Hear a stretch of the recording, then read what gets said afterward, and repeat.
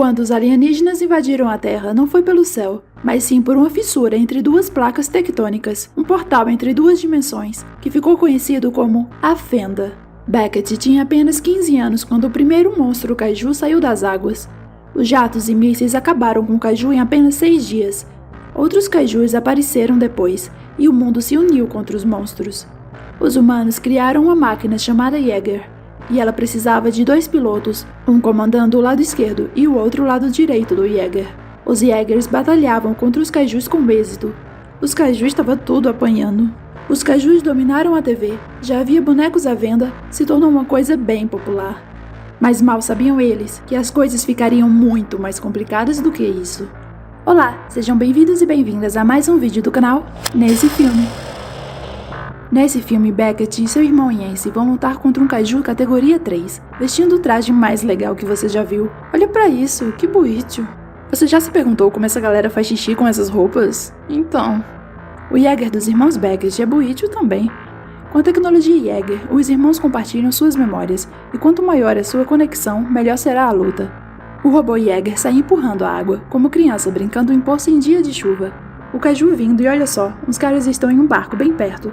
Sortudos eles. O Kaiju tem um bafo azul lindo de ver. E os caras no barquinho sem acreditar no que estão vendo. O Yeager aparece e o pau começa. É porrada na fuça de Kaiju cabeça de faca, o bicho se zanga e morde o braço do Yeager. Os irmãos Beckett disparam e derrubam o Kaiju, mas o Kaiju ainda está vivo. O bicho vai com tudo pra cima deles e o Yeager perde o braço esquerdo. O Kaiju faz um rombo no Yeager e pega em Yancey como se fosse uma formiguinha. Beckett fica em choque e agora sobrecarregado tenta sozinho manter o Yeager de pé. Os golpes do Kaiju são cada vez mais brutais. Fraco, o Yeager dispara mais uma vez contra o Kaiju. Na praia, o Yeager cai e Beckett sai dele com vida. 5 anos depois, em uma reunião, líderes dizem que os Yeagers não são tão eficazes como antes. Kaijus categoria 4 emergem a todo momento. Os líderes dizem preferir que agora um programa de muralhas litorâneas seja usado no lugar dos Yeagers. E o Marechal Pentecoste não gosta nem um pouco da ideia. Uma pausa bem rápida para te lembrar de deixar um like e de se inscrever para mais. Vai lá, o canal está no comecinho e você pode fazer parte das primeiras pessoas a seguirem. Voltando, no Alasca, Beckett trabalha agora em uma mina de carvão. Quer dizer, na construção de uma das muralhas. O trabalho parece bem perigoso e mal pago. Em um ataque, depois de um Kaiju passar por uma das muralhas com facilidade, o Yeager teve que fazer o trabalho, com um monte de foguetinhos nos peitos do bicho. O Marechal vai até Beckett. Ele diz que precisa de um piloto. Beckett diz que não quer ter outra pessoa em sua cabeça. O Marechal o pergunta onde ele prefere ser exterminado, lá ou em um Yeager. E Beckett vai com o Marechal. O Marechal o apresenta a Makomori, que está escolhendo os pilotos.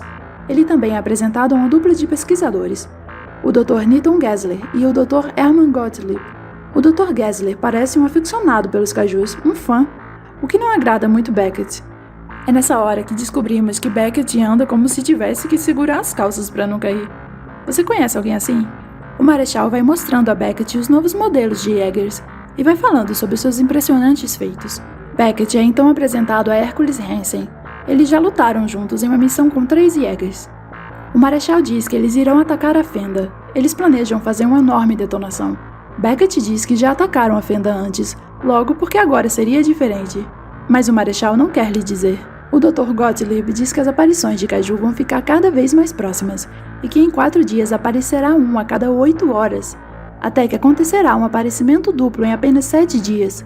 O Dr. Gottlieb diz prever um momento perfeito na Fenda para fazer uma enorme detonação e destruir a temida passagem. O Dr. Gessler não concorda e diz que ele não tem todas as informações necessárias, e os dois discutem. O Dr. Gessler explica que os Kaijus na verdade não são tão diferentes quanto eles pensam. Ele diz que eles são na verdade clones. Ele acredita ser possível fazer uma conexão entre o cérebro de um Kaiju e de um humano, e assim descobrir o que eles planejam. Beckett pergunta a Mako se ela pilota. Ela diz que ainda não, mas que gostaria muito, porém o Marechal não concorda.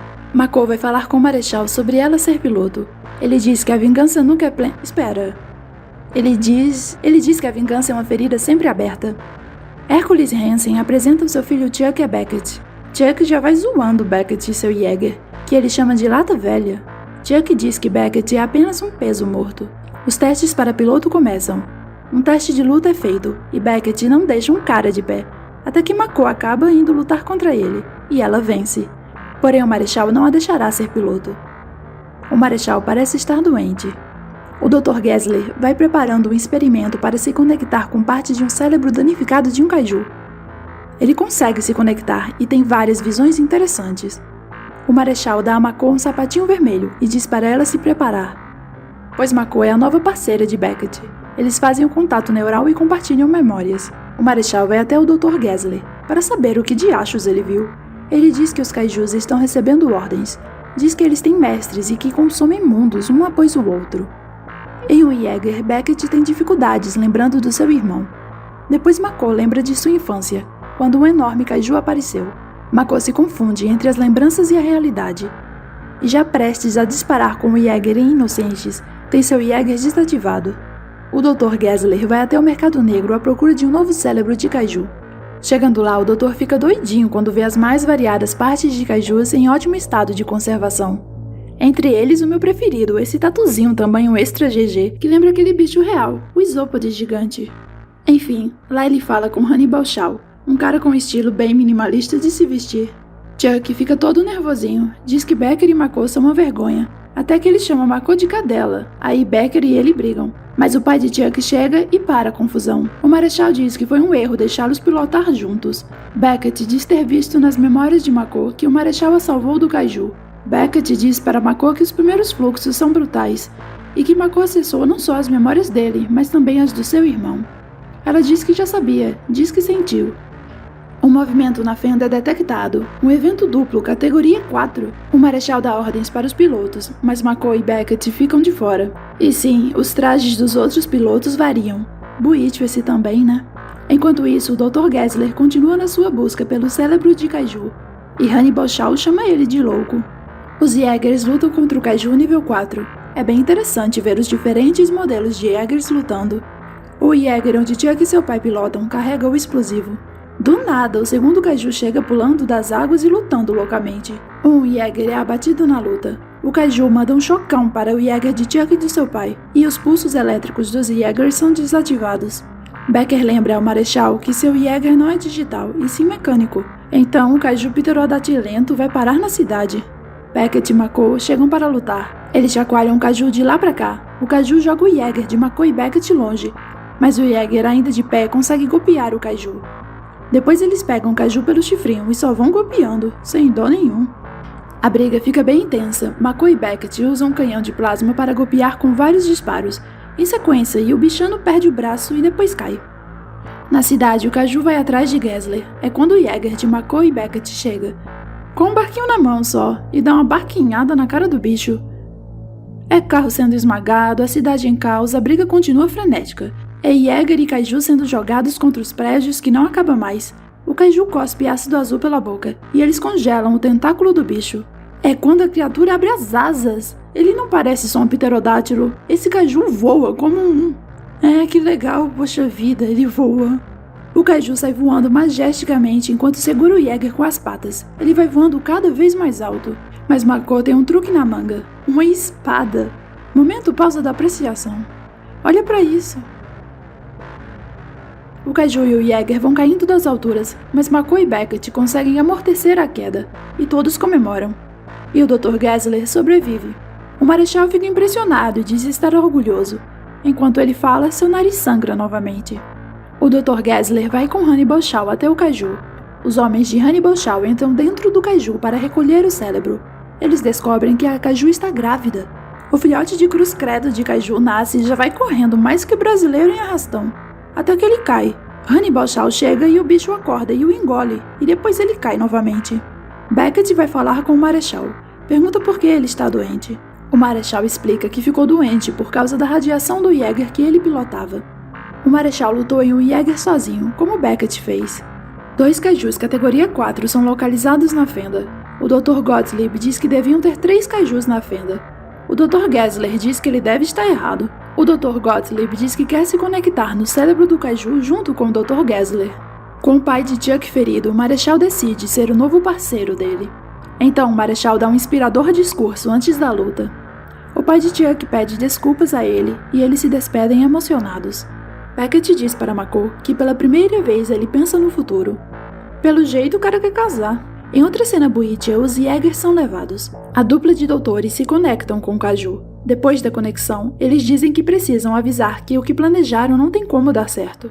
Os Jaegers entram na água, o que é buítio também. Eu já disse que é buítio. Os Jaegers se aproximam da fenda e, estranhamente, os Kaijus não tentam os impedir. É quando os doutores explicam que os Jaegers não podem entrar na fenda, pois a fenda lê um tipo de código dos Kaijus. Logo, eles precisarão se agarrar a um Kaiju para poderem passar. Agora a coisa ficou no modo hard mesmo. Mas um Kaiju é detectado, o que prova que o Dr. Gottlieb estava certo. Esse é um Kaiju categoria 5, o primeiro do tipo. O Kaiju é gigantesco e lindo. Um dos Kaijus ataca o Jaeger de Beckett e Mako. Já o Kaiju gigante dá uma tentaculada no Jaeger do Marechal. Mako e Beckett tentam usar o golpe com a espada, que dessa vez não funciona como planejado, e quem acaba perdendo o braço inteiro é o Jaeger. Mas ainda bem que eles têm duas. Eles usam a outra espada na cabeça do Kaiju e fazem um churrasco no espeto com a cabeça dele. Churrasquinho de Kaiju. Será que é bom? O Kaiju vem com tudo na direção de Beckett e Mako, e com a espada eles partem um bichão de uma ponta a outra. O Kaiju maior ataca o Jaeger do Marechal. E eles dançam, eles lutam. Eles então golpeiam as sovacas da criatura. O Marechal diz para Beckett e Mako irem para a fenda. Com dois Kaijus indo em sua direção, o Marechal diz a Mako que sempre estará com ela. O Marechal e Chuck decidem detonar a ogiva para que Beckett e Mako continuem com a missão. E uma enorme explosão acontece, e assim eles se sacrificam no processo. Com o Jaeger falhando e com a carcaça de um Kaiju, Beckett e Mako vão em direção à fenda. Na entrada, eles lutam com o Kaiju restante. Já lá dentro, Beckett dá seu oxigênio a Mako. Ele diz que terminará a missão sozinho, e ejeta Mako. A única opção restante é a autodestruição. Do outro lado da fenda existem vários extraterrestres, provavelmente os mestres dos outros. Beckett ejeta apenas alguns segundos antes da bomba explodir. Mako chega na superfície, mas nenhum sinal de Beckett. Até que o módulo dele finalmente aparece. Ela o abraça e eles riem. E em vários lugares, todos comemoram o sucesso da missão. Se gostou do vídeo, não se esqueça de deixar um like e de se inscrever para mais. Até a próxima!